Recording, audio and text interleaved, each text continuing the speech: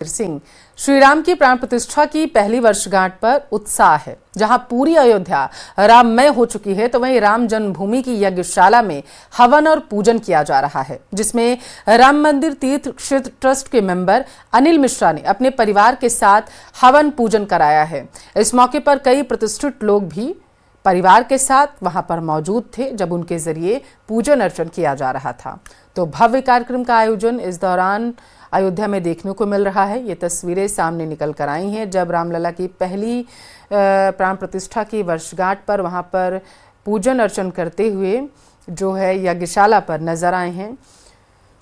फूलों से पूरा राम दरबार सज चुका है। तस्वीरें आपके टेलीविजन स्क्रीन पर हैं। ये तस्वीरें सोशल मीडिया पर इस वक्त चर्चा का विषय बनी हुई हैं और खासकर सभी राम भक्त इस वक्त लालायित हैं रामलला की एक झलक पाने के लिए। और यही वजह है कि सबकी नज़रें जहां सोशल मीडिया पर बनी हुई हैं, ताकि लोग देखना चाहते हैं कि जो श्री राम की प्राण प्रतिष्ठा हुई थी, तो एक साल बाद किस तरीके का उत्साह लोगों में देखा जा रहा है। और यही वजह है कि अयोध्या नगरी पूरी तरीके से सजकर तैयार हो चुकी है, राममय हो चुकी है। हर तरफ सिर्फ राम नाम का उद्घोष जो है वो सुनाई दे रहा है। अयोध्या में राम जन्मभूमि की यज्ञशाला में हवन पूजन किया गया है।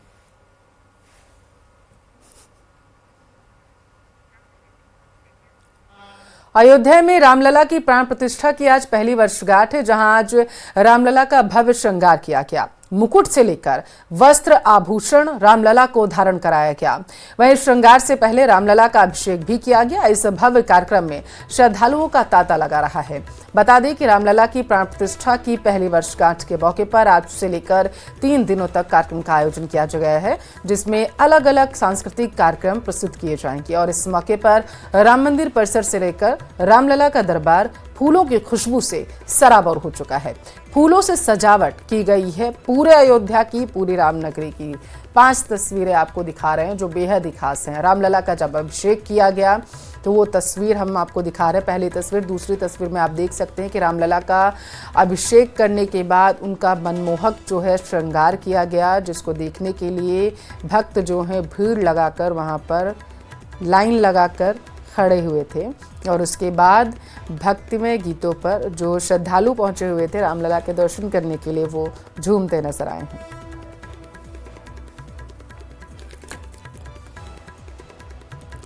तो रामलला की प्राण प्रतिष्ठा को 1 साल हो चुका है और 1 साल पूर्ण होने के मौके पर भव्य अनुष्ठानों का आयोजन किया जा रहा है। जैसी आज की तस्वीरें जो निकलकर सामने आई हैं वो हम आपको दिखा रहे हैं, क्योंकि रामलला की प्राण प्रतिष्ठा को लेकर के आगामी 3 दिनों तक विशेष कार्यक्रम का आयोजन जो है वो किया जा रहा है, ऐसी जानकारी है। ये रामलला का जब श्रृंगार किया गया वो तस्वीरें हम आपको दिखा रहे हैं। रामलला को विशेष मुकुट जो है वो धारण कराया गया और उसके बाद जो सुगंधित फूल हैं उनसे पूरे परिसर को सजा दिया गया और उसके बाद विशेष वस्त्राभूषण रामलला को धारण कराए गए। और ये तस्वीरें जो हैं इनको देखने के लिए भक्त जो हैं लालायित नजर आए हैं। आपकी जानकारी के लिए आपको बताते चलें कि रामलला की प्राण प्रतिष्ठा के मौके पर पूरे राम मंदिर को फूलों से सजाया गया है। पिछले 1-2 महीने से इसकी प्रक्रिया की जा रही थी कि रामलला की प्राण प्रतिष्ठा का जब 1 साल पूर्ण होंगे तो किस तरीके से वहाँ पर रामनगरी जो है वो सजाई जाएगी। और ख़ास करके अगर रंगमंचन की बात करें तो वो किस तरीके से किए जाएंगे, कार्यक्रम कौन कौन से होंगे, इनको सबको लेकर के वहाँ पर व्यवस्थाएं की जा रही थी। और पूरी अयोध्या नगरी इस वक्त सुरक्षित हो चुकी है, क्योंकि सुरक्षा के बेहद खास इंतजामात वहाँ पर किए गए हैं। क्योंकि आपकी जानकारी के लिए आपको बताते चले कि गणतंत्र दिवस बेहद पास है और उससे पहले लगातार राम मंदिर लोगों के पहुँचने का सिलसिला जारी है।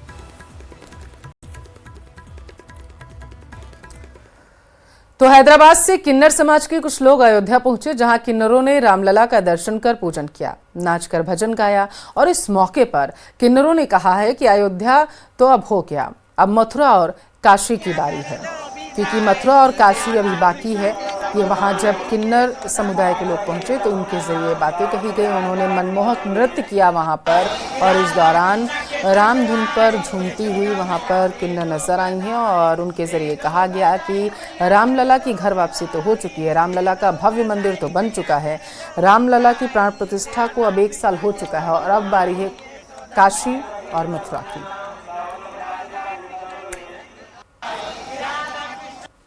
आज भगवान रामलला की प्राण प्रतिष्ठा का 1 वर्ष पूरा हुआ है और इस पहले वार्षिक उत्सव पर हैदराबाद के किन्नर समाज के लोग हमारे साथ हैं, हम बातचीत करते हैं। आप हैदराबाद से आई हैं, 1 साल भगवान राम को विद्यमान हुए पूरा हुआ है, कैसा लग रहा है आपको? बहुत ही आनंदमय है। हम लोग को यहाँ पे इतनी मौका मिला है और दर्शन भी बहुत अच्छे से प्राप्त हो गए है और हम specially thank you Modi ji और योगी जी को बोलना चाहती हूँ, हमारे को इतना अच्छा भव्य मंदिर बना के दे रहे। हमें तो बस एक ही चीज़ की इंतज़ार रहेगा, अभी अयोध्या पे आ गई है, काशी और मथुरा बाकी रह गई है। क्या कहेंगी आप? मैं तो इतनी खुश हूँ, मेरी खुशी सामने नहीं जा रही है। आपका पूरा भव्य दिव्य डेकोरेशन, फूल पत्ती लगाए से पूरा सजावट देख के मेरा दिल खुश हो गया। रामलला के दर्शन तो अतिशय अप्रतिम बहुत सुंदर हो गए हैं। पूरे किन्नर समाज हम हैदराबाद से आए रामलला के दर्शन के लिए और आप लोगों से मिलके तो और इतनी खुश हो गई कि आप लोग हमको बात कर रहे हैं, मीडिया में हमारा जाएगा, न्यूज़ में जाएगा और हमको खुशी है। पूरे हमारे बड़े लोग हैं, हमारे गुरु लोग किन्नर समाज के। अयोध्या में सुबह से रामलला के दर्शनों के लिए श्रद्धालु बड़ी संख्या में राम मंदिर पहुंच रहे हैं और इस दौरान लोग रामधुन में पूरी तरीके से सराबोर हो चुके हैं, डूबते हुए नजर आए हैं, क्योंकि आज वो खास मौका है जब रामलला की प्राण प्रतिष्ठा को पूरे 1 साल हो चुके हैं। 2024 में 22 जनवरी को रामलला की प्राण प्रतिष्ठा हुई थी। अपने भव्य मंदिर में रामलला को स्थापित किया गया था और अब जो है, क्योंकि तिथि के अनुसार 11 जनवरी को रामलला की प्राण प्रतिष्ठा का कार्यक्रम जो है वो रखा गया था और यही वजह है कि आज जगह जगह से भक्तों के पहुंचने का सिलसिला अयोध्या में बदस्तूर जारी है।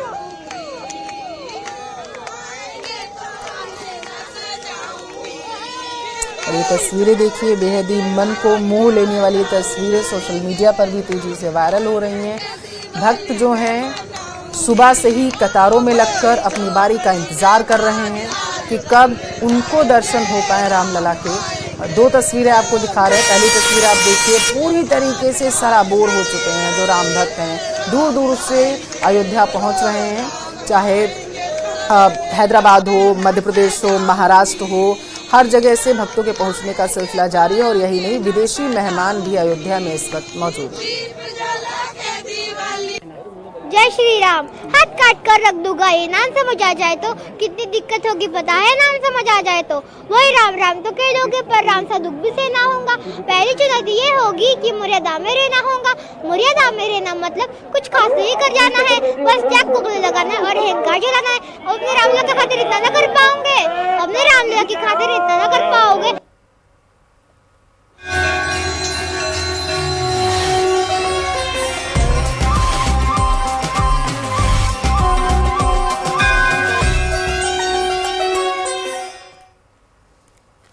तो प्रयागराज में महाकुंभ शुभारंभ हो चुका है इसका, जिसमें भारी तादाद में आमजन सहित साधु संत भी पहुंचने लगे हैं। राजस्थान से भी कई साधु संतों के साथ आमजन भी महाकुंभ के लिए प्रस्थान करने लगे। इस बार प्रयागराज में लगने वाला महाकुंभ की भव्यता और श्रद्धा के चलते सनातन धर्म में उत्साह है। इसके कारण भीलवाड़ा से भी कई साधु संत उसमें शामिल होने के लिए रवाना हो चुके हैं। ऐसे ही नागा साधु श्री श्री 1008 दिगंबर खुशहाल भारती जी महाराज भी प्रयागराज के लिए रवाना हुए। इस दौरान उनका शिष्यों के साथ ही आमजन ने भव्य स्वागत किया। इस दौरान उन्होंने आमजन और शिष्यों के महाकुंभ के महत्व को बताया और उनका आशीर्वाद प्रदान किया। खुशहाल भारती ने सनातनियों से अपील भी की कि वह ज्यादा से ज्यादा महाकुंभ में पहुंचकर अपने पापों से मुक्ति पालें।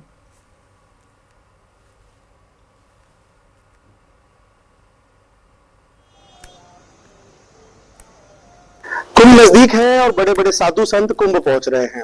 हमारे साथ दिगंबर 1008 खुशहाल भारती जी हैं, अपने शिष्यों से मिलते हुए कुंभ की ओर पहुंच रहे हैं और लगातार आशीर्वाद दे रहे हैं। हमारे साथ बात करते हैं इनसे। कहीं ना कहीं कुंभ नजदीक है और बड़ी तैयारियां चल रही है। युवा पीढ़ी भी आकर्षित हो रही है, पर कई युवा उस कुंभ के महत्व को नहीं जान पाते हैं। क्या संदेश देना चाहेंगे युवाओं को ताकि युवा भी वहां पहुंचे? कुंभ एक अमृत का गढ़ा है, जहां जहां अमृत का गढ़े की जो छलकाल है, जहां से अमृत की ढाल, जहां जब बूंदे उस समुद्र के तलहटी पर नदियों के किनारे गिरी है, वहां पर महाकुंभ होता है। जैसे महाकुंभ हमारे हरिद्वार प्रयागराज की तैयारी चल रही है, जिसके लिए भव्य तैयारियां सरकार की तरफ से विराट रूप से हो रही है। और यही नासिक त्र्यंबकेश्वर, ये भी हमारा बहुत बड़ा कुंभ होता है, और उज्जैन महाकाल, ये चारों कुंभ हमारी बहुत बड़े महत्व हैं। कुंभ रही कुंभ की बात, कुंभ जो नदियां गंगा, जमुना, सरस्वती, जिसमें हम पाप धोते हैं, उस पापों को धोने के लिए यही नागा बाबा लोग एक देव स्वरूप में, देवता स्वरूप में, इनको खुद को पता नहीं होता कि उस समय कुंभ के समय परमपिता परमात्मा का कब उन पे कौन सा आसरा उनके ऊपर हो जाए और अपने शरीर से वो उन नदियों के अंदर जो ग्रस्त पाप छोड़ के जाता है कुंभ में स्नान करके, और जो नदियों प्रयागराज में अपने जीवन में जितने भी कर्म करता है वो अपने पवित्र शरीर को करने के लिए कुंभ में और नदियों में स्नान करता है। ये थे हमारे साथ गुरुदेव कुशाल भारती, अपने भक्तों से मिले हैं, उन्हें आशीर्वाद दिया है और अभी कुंभ की ओर प्रस्थान कर रहे हैं। वीडियो जर्नलिस्ट अंकुर सनाटा के साथ राहुल कौशिक, न्यूज़ 18 भिलवाड़ा। महाकुंभ में आस्था के कई रंग देखे जा रहे हैं। अखाड़े में तरह तरह के बाबा देखने को मिल रहे हैं। कहीं कबूतर वाले बाबा, तो कहीं चोटी वाले बाबा, तो कहीं मोपेड वाले बाबा। ऐसे में यहां पर 5 साल के बाबा हैं श्रवणपुरी। बाबा जी अपने गुरु भाइयों के साथ शिविर में खेलते हुए देखे जा सकते हैं। इस महाकुंभ में एक ऐसा छोटा साधु जिसकी आयु 3 वर्ष है और आस्था में डूबा ये बच्चा इस महाकुंभ में डुबकी लगाकर एक बार फिर से अपने स्थान पर बैठा। देखिए, सबसे छोटा महंत, सबसे छोटा बाबा आपके सामने। इनका नाम क्या है, ये कहाँ का है, इसको जानने के लिए देखिए इसकी किस तरह दुलार हो रहा है।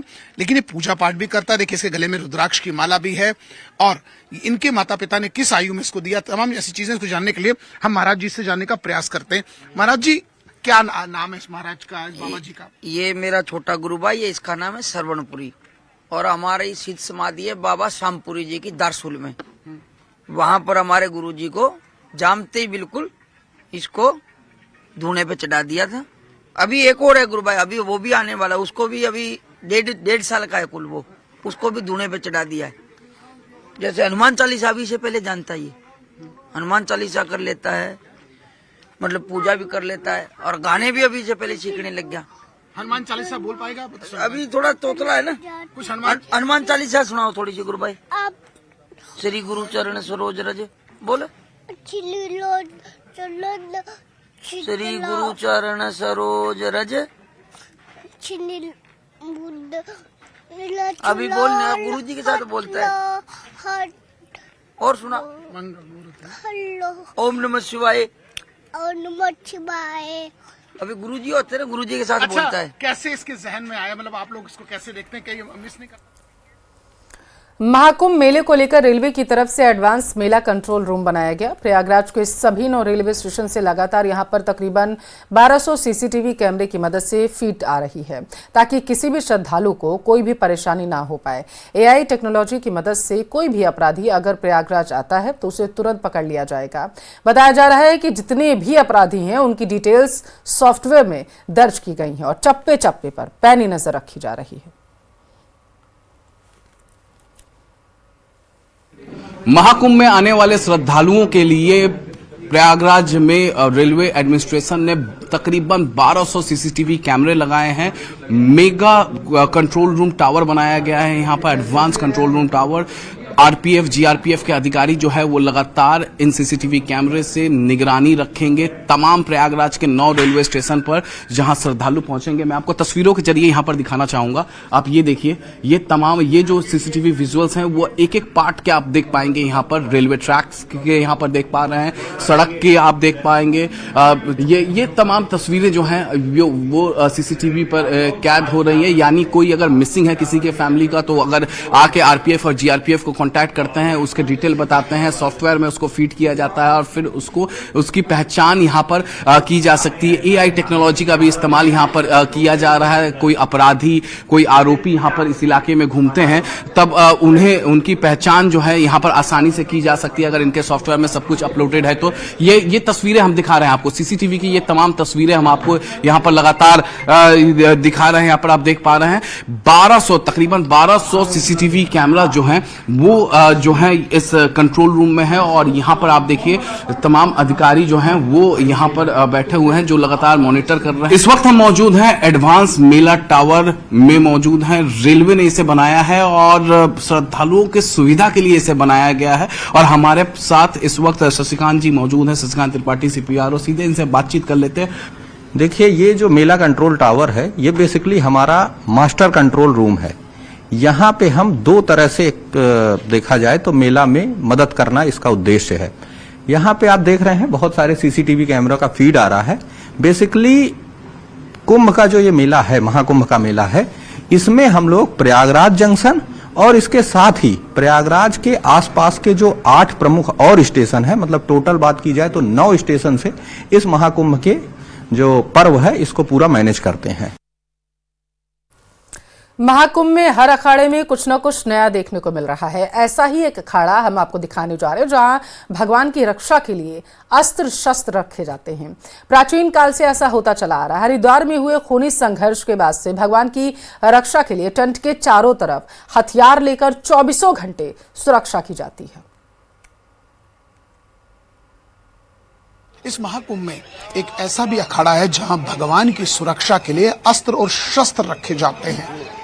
ये उस समय के परंपरा चली आ रही है जब न तो पुलिस थी, न सिक्योरिटी ऐसी थी और न गनर थे। और ऐसे में इस जगह यहाँ महाराज जी ये कौन सा स्थल है जहाँ अस्त्र शस्त्र, भाले, त्रिशूल, किसान सब पड़े हैं? ये जी हमारे जूना अखाड़ा के मुख्य देवता है। देवता की रक्षा के लिए ये अस्त्र रखते हैं हम। ठीक है, कुंभ में झगड़ा हो जाता है कई बार दूसरे समाज के साथ, तो वो सिर्फ देवता पे ही हमला होता है, हमारे पे नहीं होता है। तो हम देवता की रक्षा के लिए यहाँ जो अस्त्र शस्त्र ये रखते हैं भाई। 4 मंडियों के चारों के अपने अपने अलग से रखे हुए हैं। जैसे 4 बड़े बड़े मुख्य टेंट लगे हुए हैं ना, ये हमारा मैन कोठार है। इसके अंदर जो मतलब जो भी मैन संपदा है हमारी, मतलब जिसको तिजोरी बोलते हैं आप लोग, वो ही है हमारी मुख्य। और ये हम मतलब साई के दौरान सभी लेके निकलते हैं इनको, और दशहरा पे, गंगा दशहरा पे इनका पूजन किया जाता है। यही है। महाराज जी कब से ये सुरक्षा की कब से चली आ रही है कि ये तो सदियों से ही चली आ रही है, लेकिन 98 में कुंभ में हरिद्वार में बहुत बड़ा हल्ला हो गया था, लाल बना दी थी गंगा। ठीक है, उसके बाद थोड़ा और ज्यादा सिक्योरिटी रखते हैं। अच्छा, 1998 के बाद से जहाँ जहाँ कुंभ लगता है वहाँ भगवान की सुरक्षा के लिए आप लोग रखते हैं? हाँ जी। तो क्या कोई ड्यूटी भी देता है 24 घंटे? 24 घंटे चारों मंडियों से एक कोतवाल ड्यूटी देता है। महाकुंभ को लेकर तैयारियां लगभग पूरी हो चुकी हैं। सनातन के सबसे बड़े महापर्व की शुरुआत होने जा रही है। महाकुंभ को सफल बनाने के लिए उत्तर प्रदेश सरकार भी लगातार प्रयास कर रही। महाकुंभ के दौरान कई VVIP भी संगम में आस्था की डुबकी लगाएंगे। सीएम योगी ने कल PM मोदी को भी महाकुंभ का आमंत्रण दिया और इसके पहले सीएम योगी राष्ट्रपति, उपराष्ट्रपति, गृह मंत्री, रक्षा मंत्री और बीजेपी अध्यक्ष को भी महाकुंभ आने का आमंत्रण दे चुके हैं।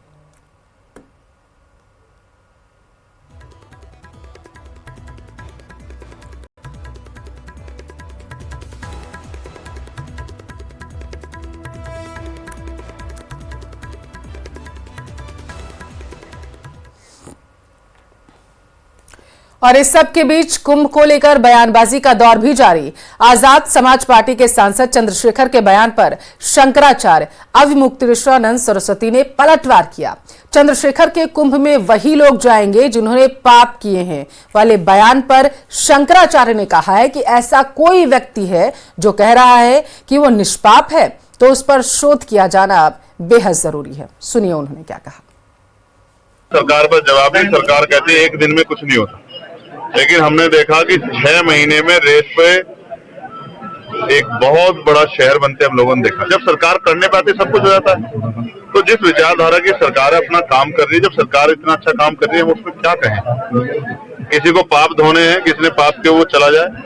कोई बताता जो पाप करता है, आपने कोई पाप किया तो आप बता दो किसी को कि आपने पाप किए। तो हम आए हैं यहाँ पर अपनी भक्ति भगवती गंगा यमुना त्रिवेणी को समर्पित कर रहे हैं और हमको बड़ा आनंद है।